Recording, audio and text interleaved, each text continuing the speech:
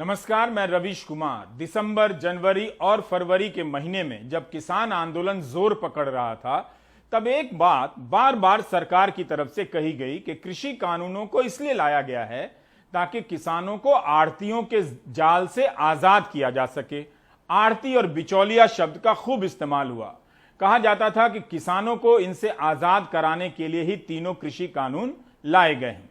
तब भी आंदोलन करने वाले किसान कहते रहे कि इन कानूनों के जरिए जो नई गुलामी आ रही है वो ज्यादा खतरनाक है, इसलिए उन्हें ये कानून नहीं चाहिए।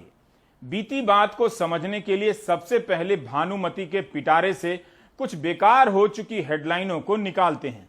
पीछे मुड़कर इन हेडलाइनों को देखने से पता चलेगा कि तब सरकार आड़तियों के बारे में क्या कह रही थी।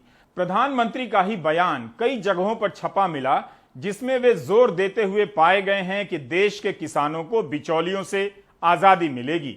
ये बिल उनके लिए रक्षा कवच का काम करेंगे। इस तरह की कई हेडलाइन आपको मिलेगी, जिसमें तमाम मंत्री, बीजेपी के नेता आड़तियों से किसानों को सावधान कर रहे हैं। मुख्यमंत्री योगी आदित्यनाथ तमाम रैलियों में बता रहे थे कि आड़ती से किसानों को आजाद किया जा रहा है। स्वर्गीय राजीव गांधी जी ने वैसे ही नहीं कहा था कि हम 100 रुपया बेचते हैं, किसान के खाते में, मजदूर के खाते में 10 ही रुपया जाता है, 90 रुपया कौन चढ़ कर जाता था।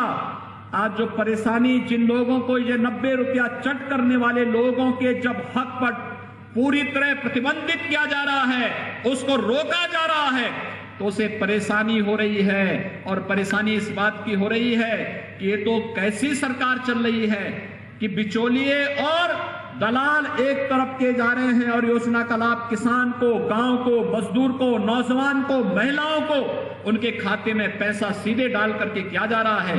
किसान और ग्राहक के बीच जो बिचौलिए होते हैं, जो किसानों की कमाई का बड़ा हिस्सा खुद ले लेते हैं, उनसे बचाने के लिए विधेयक लाए जाने बहुत आवश्यक थे। ये विधेयक किसानों के लिए रक्षा कवच बनकर के आए हैं। आपने सुना कि मुख्यमंत्री योगी आदित्यनाथ और कृषि मंत्री नरेंद्र सिंह तोमर किसानों की दुर्दशा के लिए दलाल और बिचौलियों को दोषी ठहरा रहे हैं। हमने ये सिर्फ इसलिए बताया कि आप पुरानी हेडलाइन भूल चुके हैं और अब नई हेडलाइन आ गई है। 28 जून को बीजेपी यूपी ने अपने ट्विटर हैंडल से एक पोस्टर जारी किया है। अपने ट्वीट में बीजेपी उत्तर प्रदेश ने लिखा है कि व्यापारियों और आड़तियों की सुरक्षा के लिए प्रतिबद्ध भाजपा सरकार मुख्यमंत्री व्यापारी एवं आड़ती दुर्घटना सहायता योजना के तहत मिल रही आर्थिक मदद। और पोस्टर पर लिखा है, व्यापारी एवं आड़तियों के प्रति भाजपा सरकार संवेदनशील, मुख्यमंत्री व्यापारी एवं आड़ती दुर्घटना सहायता योजना। इसके भीतर एक बॉक्स में लिखा है कि लाइसेंस प्राप्त व्यापारियों, आड़तियों की मंडी परिसरों की सीमा में व्यापारिक कार्य के दौरान दुर्घटना से मृत्यु होने पर अधिकतम 3 लाख रुपए की सहायता राशि। यानी जिन आड़तियों को सरकार पानी पी पी कर कोस रही थी, जिनसे किसानों को आजाद करा रही थी, उनके लिए सहायता राशि वाकई संवेदनशील मानी जाती है। आखिर आड़ती भी तो देश के नागरिक हैं। ये और बात है कि आड़तियों के कानों में सारे पुराने भाषण गूंज रहे होंगे कि किसानों की दुर्दशा के कारण वही हैं। उम्मीद है इस पोस्टर से कुछ संगीत पैदा हो सके, किसान आंदोलन का साथ देने वाले आड़ती सरकार का भी साथ दे सकें। अमर उजाला की इस खबर के मुताबिक 2019 में योगी आदित्यनाथ ने यह योजना शुरू की थी। तब इसका नाम मुख्यमंत्री कृषि उत्पादन दुर्घटना योजना बताया गया। इसी के तहत आड़ती को दुर्घटना होने पर 3 लाख रुपए की आर्थिक सहायता देने का ऐलान हुआ था। अमर उजाला ने लिखा है कि जो आड़ती मंडी परिसर में काम करने के दौरान सांप काटने, ट्रैक्टर से घायल होने, सामान की ढुलाई के दौरान घायल हो जाएंगे, उन्हें इस योजना में शामिल किया जाएगा। लेकिन 28 जून को बीजेपी के ट्विटर हैंडल से जो योजना का पोस्टर ट्वीट हुआ है, उसमें इस योजना का एक नया नाम है, मुख्यमंत्री व्यापारी एवं आड़ती दुर्घटना सहायता योजना। किसानों को मिल रहा भैया, केवल आड़तियों को तो अभी तक कोई पैसा मिला नहीं। आड़ती भी दुर्घटना योजना में भी कुछ नहीं मिला, ना वैसे में मिला नहीं। हमें कहना यह है कि आड़ती को भाई पुराने हैं, हम मंडी शुल्क उत्तर प्रदेश सरकार को देते हैं और टैक्स भी जीएसटी भी देते हैं उत्तर प्रदेश सरकार को, भारत सरकार को इनको, तो हमें इसका योजना का लाभ मिलना चाहिए आड़ती को। अब आते हैं महामारी के कारण आर्थिक तबाही पर। महामारी के दौर में कितने लोग बेरोजगार हुए, कितने लोग और गरीब हुए और कितने लोग मिडिल क्लास से गरीबी रेखा के नीचे चले गए, इसका कोई सरकारी आंकड़ा या अध्ययन नहीं है। अजीम प्रेमजी यूनिवर्सिटी की एक रिपोर्ट के अनुसार 23 करोड़ भारतीय गरीबी रेखा से नीचे धकेल दिए गए। शहरों में गरीबी 20% बढ़ी है और गांवों में 15%। प्यू रिसर्च ने बताया है कि मिडिल क्लास का आकार छोटा हो गया है। 3 करोड़ से अधिक लोग मिडिल क्लास से गरीबी रेखा के नीचे चले गए। यह भारत का रिकॉर्ड है। आइए अब अमेरिका से तुलना कर खुद को बड़ा साबित करते हैं। अमेरिका के फेडरल रिजर्व डेटा के हवाले से वॉल स्ट्रीट जर्नल ने लिखा है कि अमेरिका में लोग गरीबी में जाने के बजाय गरीबी से बाहर निकल आए हैं। 2008 की मंदी में अमेरिकी परिवारों की संपत्ति में $8 ट्रिलियन की कमी आ गई थी, लेकिन महामारी के कारण आई मंदी के दौर में अमेरिकी परिवारों की संपत्ति में $13.5 ट्रिलियन की वृद्धि हो गई है। इसका मुख्य कारण यह है कि पिछले साल ही डेमोक्रेट ने संसद में $3 ट्रिलियन का बिल पास कराया था। राज्यों को भी मदद दी गई और हर परिवार के हर सदस्य के नाम से चेक गया था, भले ही उनकी नौकरी बनी हुई थी। किसी किसी परिवार में 3 से 4 हजार डॉलर के चेक गए। अभी तक सरकार 3 बार चेक भेज चुकी है। अमेरिका में पिछले साल मार्च से लेकर इस साल मार्च के बीच करीब 5 करोड़ कामगारों को हर हफ्ते सहायता राशि मिली है। $750 बिलियन बेरोजगारी भत्ते के रूप में दिया गया है। इसका असर हुआ है कि समाज के निचले तबके के लोगों ने अपने कर्ज चुका दिए, बचत भी बढ़ गई। ये वो लोग थे जो कम आमदनी पर काम करते थे और महामारी के कारण जिनकी नौकरियां चली गईं। सरकारी मदद के कारण गरीबी में जाने से बच गए। इनके खर्च करने से अर्थव्यवस्था और अधिक डूबने से बच गई। इस तरह चोटी के 20% लोगों के हाथ भी पैसा गया। घर से काम करने के कारण उनकी बचत बढ़ी, जिसका निवेश शेयर बाजार में होने लगा। सरकार ने ब्याज दर 0 के बराबर कर दिया ताकि लोग लोन ले सके। कुल मिलाकर अमेरिका मंदी में तो गया मगर डूबने से बच गया। वहां की जनता गरीबी में नहीं गई। अमेरिका में रिपोर्टिंग हो रही है कि किस किस राज्य ने बेरोजगारी भत्ता कम दिया है। भारत में बेरोजगारी भत्ते को लेकर कोई रिपोर्टिंग नहीं हो रही है। ब्लूमबर्ग की इस रिपोर्ट की खास बात यह है कि वहां के श्रम विभाग ने ईमेल भेजकर माना है और जवाब दिया है कि महामारी के कारण दावेदारों की संख्या अचानक बढ़ गई, जिसके लिए प्रशासनिक ढांचा तैयार नहीं था। इस वजह से बहुतों को भत्ता नहीं मिला है। वहां का सिस्टम मान लेता है, यहां का सिस्टम तो बताता ही नहीं कि कितने बेरोजगार हुए हैं। अमेरिकी लेबर डिपार्टमेंट की साइट से आपको हर महीने पता चलता है कि कितने लोग बेरोजगार हुए, कितनों को रोजगार मिला। भारत में डिजिटल इंडिया अभियान चलता है, फिर भी डेटा का पता नहीं चलता है। आप भूल गए होंगे इन तस्वीरों को। पिछले साल पैदल चलते लाखों लोग दुनिया भर में हेडलाइन थे। तब सरकार बता नहीं पा रही थी कि कितने लोग हफ्तों सड़कों पर थे। इनके भोजन पानी का इंतजाम ज्यादातर आम लोगों ने किया था। भले ही यह खबर हेडलाइन से उतर गई, लेकिन कुछ लोग पिछले साल से ही सुप्रीम कोर्ट में इनके अधिकार के लिए लड़ते रहे। उस लड़ाई का नतीजा यह आया है कि सुप्रीम कोर्ट ने भोजन के अधिकार को मौलिक अधिकार में शामिल कर लिया है। अदालत पूछती रही कि कितने मजदूर पलायन के लिए मजबूर हुए हैं। केंद्र से लेकर किसी राज्य के पास इसका मुकम्मल डेटा नहीं था। आज सुप्रीम कोर्ट ने नेशनल इंफॉर्मेटिक्स सेंटर NIC को आदेश दिया है कि 31 जुलाई तक वह एक पोर्टल बनाए जिस पर असंगठित क्षेत्र के कामगारों और प्रवासी मजदूरों का पंजीकरण हो। 31 दिसंबर तक मजदूरों के पंजीकरण का काम पूरा कर लिया जाना चाहिए। कोर्ट कब से कोशिश कर रहा है कि इनका डेटा बने, लेकिन आज धीरज जवाब दे गया। कोर्ट ने कहा कि इस देरी और लापरवाही के लिए श्रम और रोजगार मंत्रालय को माफ नहीं किया जा सकता है। केंद्र की देरी यह दर्शाती है कि वह प्रवासी श्रमिकों को लेकर चिंतित नहीं है। सुप्रीम कोर्ट ने फैसले में कहा है कि गरीब लोगों को भोजन उपलब्ध कराना केंद्र और राज्यों का बाध्य कर्तव्य है, क्योंकि देश की आबादी का 1/4 से अधिक हिस्सा प्रवासी मजदूरों का है। अधिकांश राज्यों में प्रवासी को सूखे राशन के लिए कोई योजना नहीं दी गई है।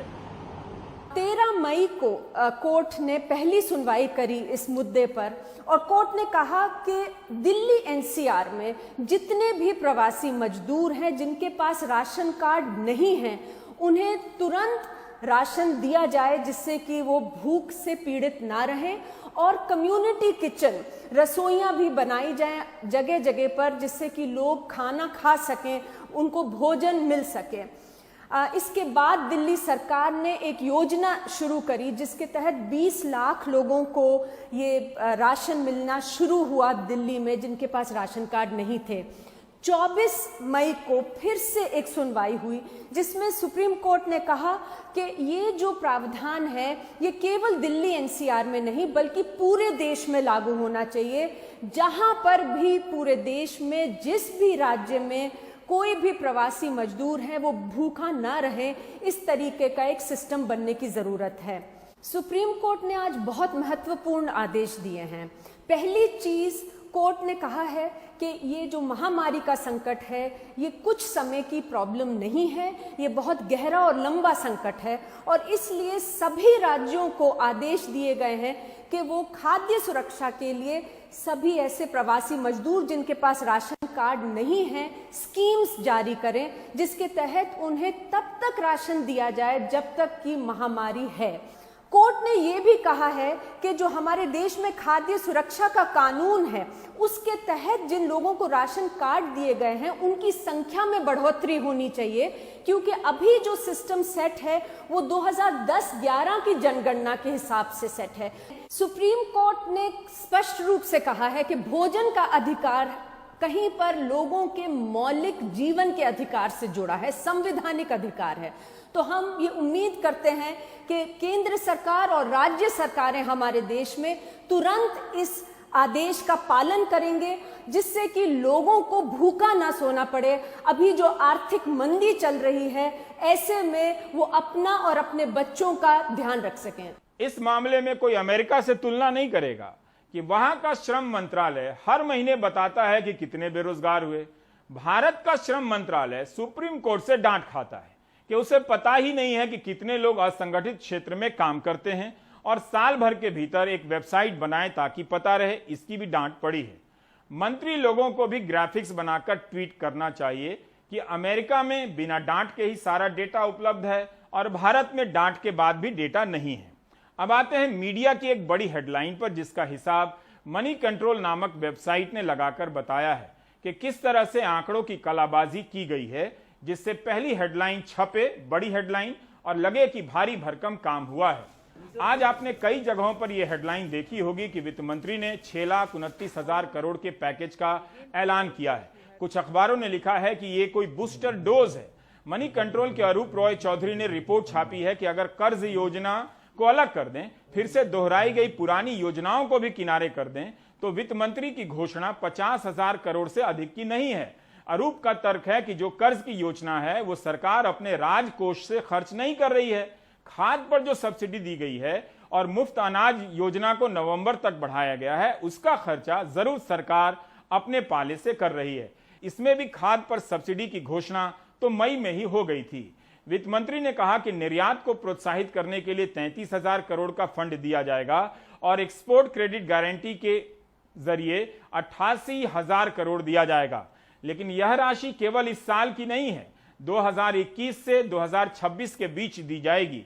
इस तरह से हिसाब लगाकर अरूप ने बताया है कि कुल राशि 48,000 करोड़ की है जो कल जिसकी घोषणा की गई।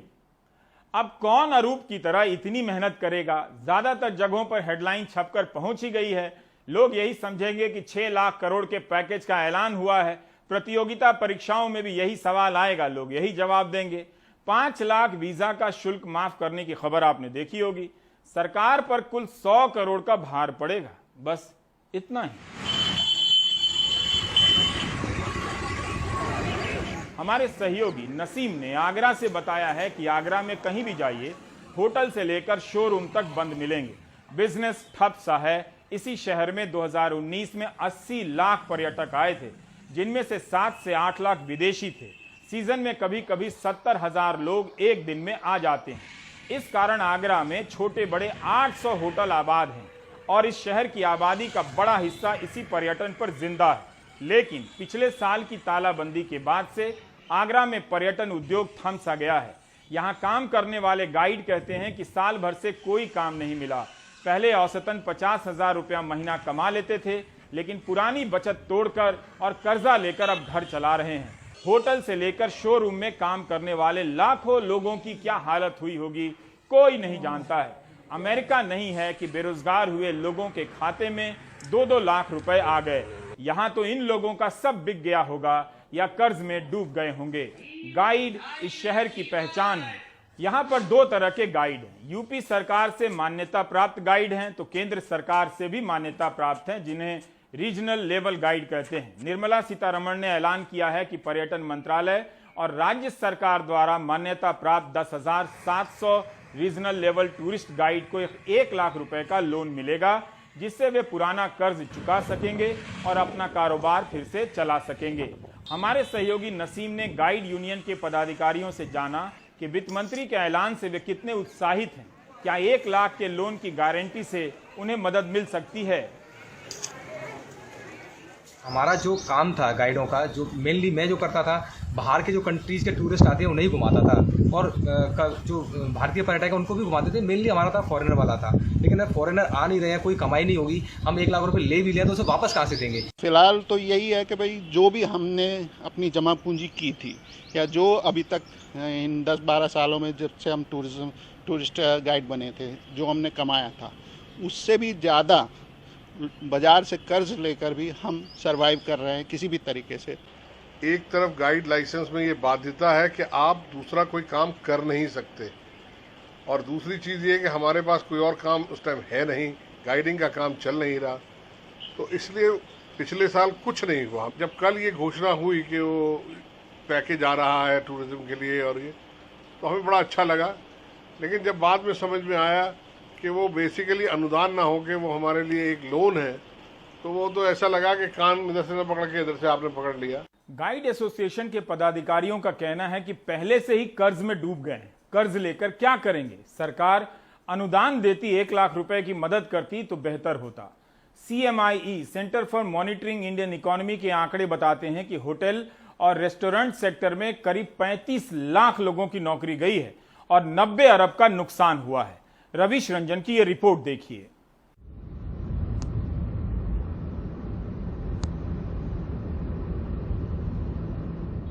हमारा बार एरिया है, अभी इसमें सारा फ्रिजेस का मेंटेनेंस चल रहा है और जितने भी जो भी हम इक्विपमेंट यूज़ करते हैं उनको दोबारा से एक बार, क्योंकि 2 महीने हो चुके हैं बंद होके, तो सारे के सारे इक्विपमेंट जो हैं वो खराब हो जाते हैं। नोएडा के सेक्टर 18 का ये रेस्टोरेंट 2.5 महीने बाद खुला है। फ्रिज से लेकर चूल्हा तक और लाइटिंग से लेकर रंग रोगन तक नए सिरे से कराना पड़ रहा है।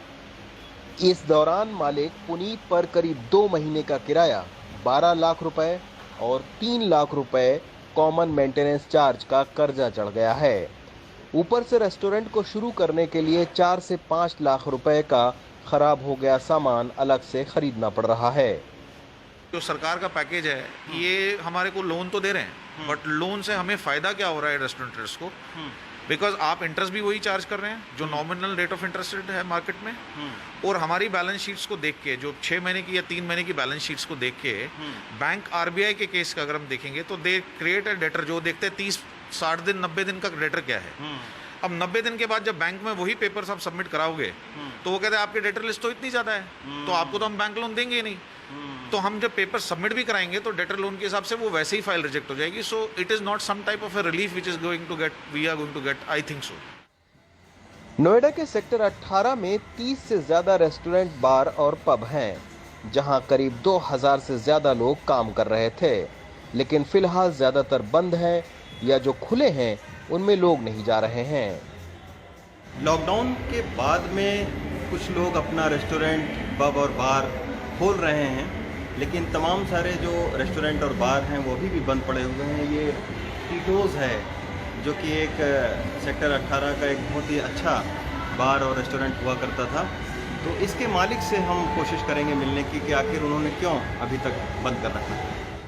नोएडा में जहां टीटू क्लब बंद पड़ा है, वहीं उसके मालिक नीरज दीक्षित हमें दिल्ली के मयूर विहार के अपार्टमेंट में वॉक पर मिले। ये कनॉट प्लेस में मास्टर ऑफ मार्ट्स के भी मालिक हैं। दोनों क्लब फिलहाल बंद पड़े हैं। पहला लॉकडाउन खुलने के बाद 30 लाख रुपए लगाकर कनॉट प्लेस का बार खोला था, लेकिन दूसरे लॉकडाउन के बाद अब वो लाखों रुपए के कर्जदार हो गए हैं और इनके साथ काम करने वाले करीब 250 से ज्यादा लोग बेरोजगार। हकीकत में ये पैकेज जो है खाली ऑन पेपर है और ये सिर्फ सीधा सीधा लोन है।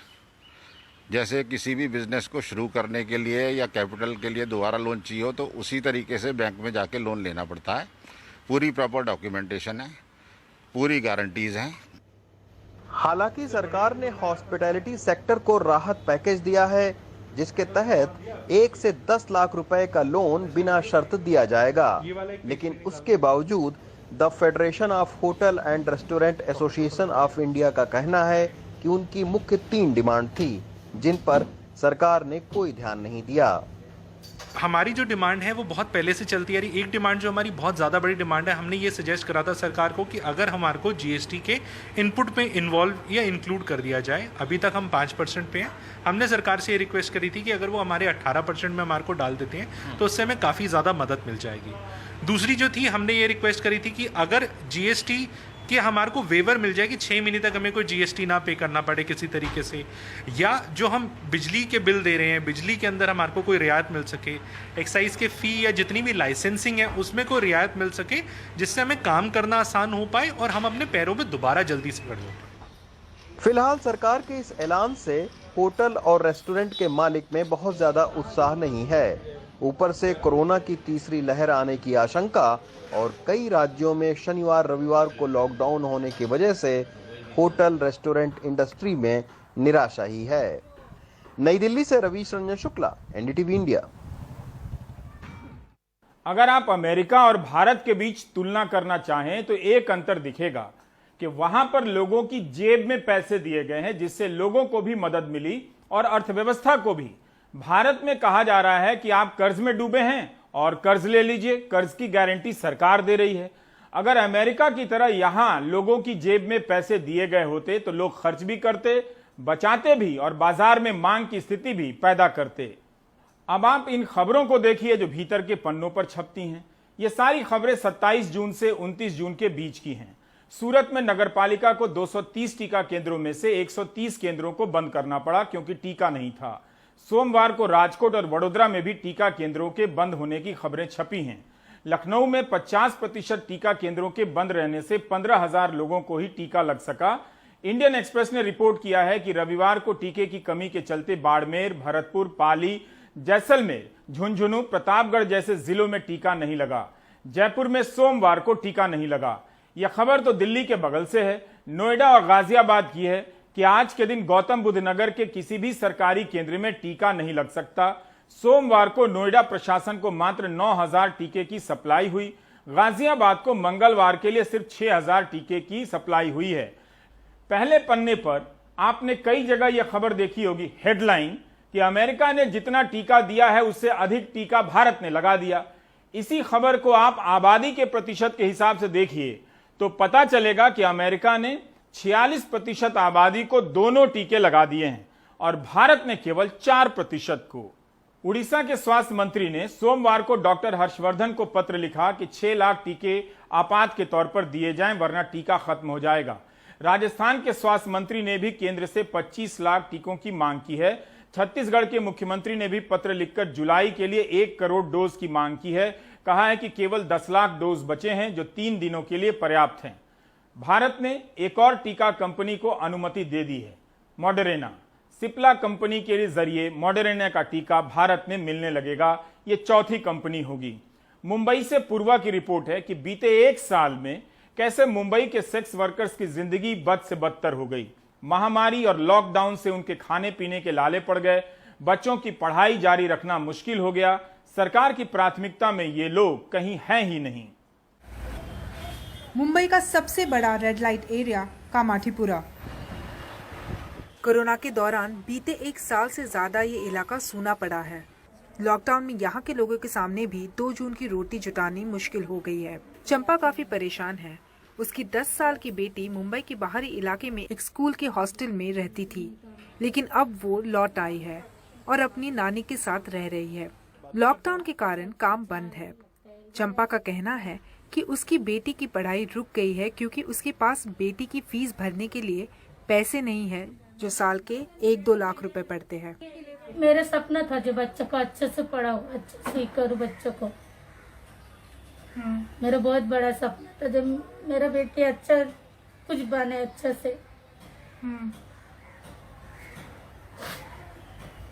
लॉकडाउन में मेरा बेटी को मेरा पढ़ाई सब कुछ मेरा दिक्कत तो हो गया मेरे बेटे। रूपा भी बीते 25 साल से कामाठीपुरा में है। ऐसा समय उसने भी पहले कभी नहीं देखा। पिछले 1 साल में खाने पीने, किराए, बिजली के बिल और बेटे की पढ़ाई का पैसा देने के लिए वो 1.5 लाख रुपए कर्ज ले चुकी है। अब समझ नहीं आ रहा है कि कर्ज चुकाए तो कहां से। मेरा बच्चा का ऑनलाइन का जो फी मुझे भरने का था, तो मैंने उससे बाहर से पैसा लिया था, तो वो पेड में अभी तक नहीं कर चुकी हूँ। कामाठीपुरा में 1700 से ज्यादा सेक्स वर्कर्स का यही हाल है। पिछले 1 साल से उनकी आमदनी बंद है। सबके सामने घर खर्च चलाने और बच्चों को पढ़ाने का सवाल बड़ा हो गया है। किधर भी तो पढ़ाई लिखा रहता, किधर भी काम करके खा सकते हो। क्या काम करूं, बाहर क्या काम मिलेगा। कोविड में इन लोगों का काम छीन लिया, इसीलिए अब एनजीओ सामने आके मदद कर रहे हैं। अक्टूबर में महाराष्ट्र सरकार ने ऐलान किया था कि वो सेक्स वर्कर्स को 5,000 रुपए महीना देगी। कई सेक्स वर्कर्स का कहना है कि उन्हें 3 महीने के 15,000 रुपए तो मिले, लेकिन ये काफी नहीं है।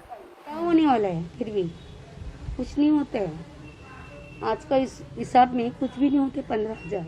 लॉकडाउन के वक्त काफी लोगों को परेशानियां उठानी पड़ी, लेकिन अभी भी यहाँ की लड़कियों की कहानियां अनसुनी है।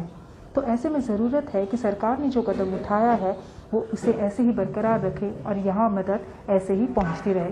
मुंबई से कैमरा पर्सन राजेंद्र दयालकर के साथ पूर्वा चिटनिस, एनडीटीवी इंडिया। ट्विटर पर जहां सुबह शाम बड़े बड़े पत्रकारों का टाइम कट जाता है नेताओं के बयान खोजने में और इस पर कुछ टीका टिप्पणी करने में, और व्हाट्सएप यूनिवर्सिटी जहां आपका टाइम कट जाता है झूठे मैसेज को सच मानने में और फॉरवर्ड करने में। ब्रेक ले लीजिए।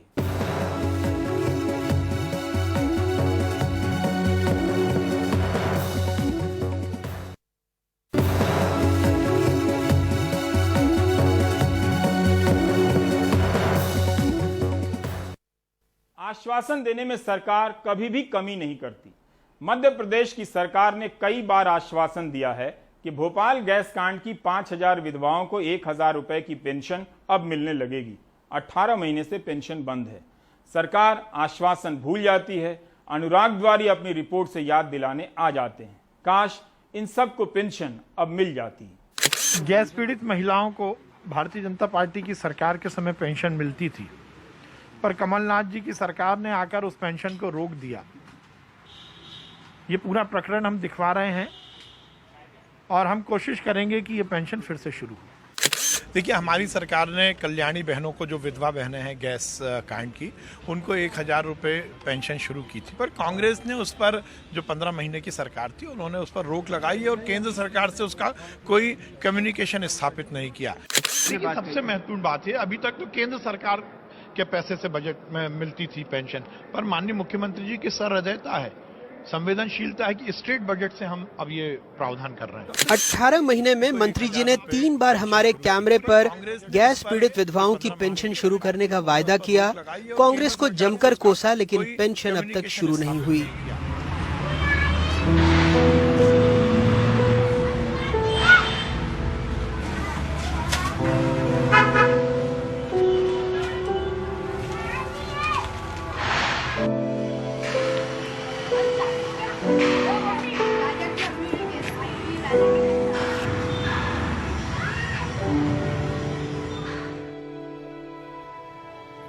साफिया, शकीला बी, सावित्री बाई, मुन्नी, केसरबाई, नामों की फहरिस्त लंबी है, इनके साथ वायदों की भी।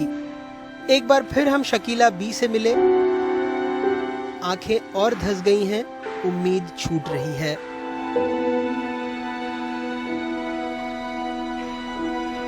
हमारे को 2 साल हो गए, अभी तक पैसे नहीं मिले हमारे को। कहते हैं नहीं आया पैसे, बंद हो गया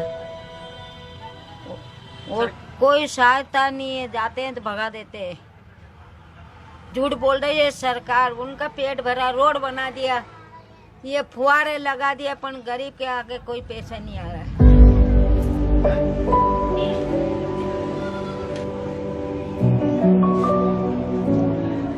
नंदाबाई के 4 बेटे हैं, सब अलग रहते हैं। बेटी की मौत हो चुकी है, आंखों से कम दिखता है, पेंशन भी नहीं मिल रही। सारा हो जाएगा पेंशन मिलने से। अब लड़का है हमारा, इसका भी एक्सीडेंट हो गया, उसके भी 2 बच्चे हैं, वो भी अपने बच्चों को पालेंगे, हम लोगों को भी।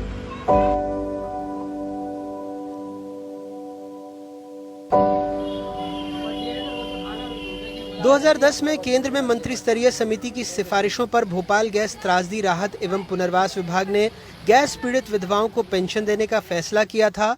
भोपाल गैस त्रासदी में 5000 से अधिक महिलाएं विधवा हुईं। अब कई पीड़ित 75 से 80 साल की हो चुकी हैं। 350 विधवा महिलाओं की मौत हो चुकी है। 1000 रुपए हर महीने इन्हें पेंशन मिलती है। 2011 से इन्हें ये पेंशन दी जा रही है। पहले 750 रुपए पेंशन मिलती थी। केंद्र सरकार ने इसके लिए जिला कलेक्टर को 30 करोड़ रुपए दिए थे। पेंशन की राशि का 75% केंद्र देता था, 25% राज्य सरकार। अप्रैल 2016 से नवंबर 2017 में भी बिना कारण पेंशन रोकी गई थी। दिसंबर 2017 में इसे फिर से शुरू किया गया। दिसंबर 2019 में कमलनाथ सरकार ने इसे रोक दिया। दिसंबर 2020 में ये घोषणा की कि सभी गैस पीड़ितों को पेंशन दी जाएगी। विभाग के पास पैसे की कोई कमी नहीं है। ये बात पूरी तरह से कैबिनेट में भी पास हो गई कि हुई। आज भी वो 5000 महिलाएं बिना पेंशन के अपनी जीवन यापन कर रही हैं, बहुत मुश्किल से। 10 साल पहले इन महिलाओं को बहनें बनाए थे, राखियां बंधवाई थी, बड़ी बड़ी घोषणाएं की थी, और आज जब लगभग 2 साल से उनकी पेंशन बंद है तो इस पे कोई त्वरित कार्रवाई नहीं की जा रही है। गैस राहत मंत्री फिर कांग्रेस को कोस रहे हैं, वायदा कर रहे हैं पेंशन मिलेगी। देखिए, हमारे सरकार का ही निर्णय है कि हम जो हमारी गैस पीड़ित महिलाएं हैं, जो कल्याणी हैं, जिनका सुहाग गैस कांड के समय उजड़ गया, उनको हम 1000 रुपये पेंशन देंगे। और कांग्रेस की सरकार ने इसको बंद कर दिया था, पर शिवराज सिंह चौहान जी ने पुनः शुरू किया है और वो हम जल्द से जल्द शुरू कर रहे हैं। दरअसल 2008 में मध्य प्रदेश सरकार ने गैस पीड़ितों के लिए केंद्र को एक एक्शन प्लान भेजा था। 472 करोड़ मांगे गए कचरे, गैस के जहर, पेंशन जैसे मद में 2010 में पैसा मिला, लेकिन अगले ही साल से सरकार का रोना शुरू हो गया। हालांकि अभी भी उस पैसे से लगभग 147 करोड़ रुपए खर्च नहीं हुए हैं, जिसमें 40 करोड़ सामाजिक पुनर्वास और 80 करोड़ आर्थिक पुनर्वास का है। गैस पीड़ित विधवाओं के साथ न्याय नहीं चलेगा। सरकार वैसे भी विधवाओं की संख्या 5000 पर रोक चुकी है, जबकि असली संख्या इससे कहीं ज्यादा है। कई स्तरों पर ये बुजुर्ग विरोध कर चुके हैं, लेकिन सुनवाई कहीं नहीं। माननीय अगर एक दिन काम करें तो पेंशन के हकदार, अगर विधायक से सांसद बन जाएं तो डबल पेंशन। लेकिन इन विधवाओं को 1000 रुपए के पेंशन के लिए 1.5 साल से जद्दोजहद करनी पड़ रही है। वैसे सरकार 1000 रुपए की पेंशन की डफली बजा रही है। 600 रुपए तो वैसे भी वृद्धा पेंशन में मिलते हैं, यानी सिर्फ 400 रुपए वो और जोड़ेगी। क्या यही रामराज है, जहां विधवाओं को अपने पेंशन के लिए दर दर की ठोकरें खानी पड़े? भोपाल से कैमरा पर्सन रिजवान खान के साथ अनुराग द्वारी, NDTV इंडिया।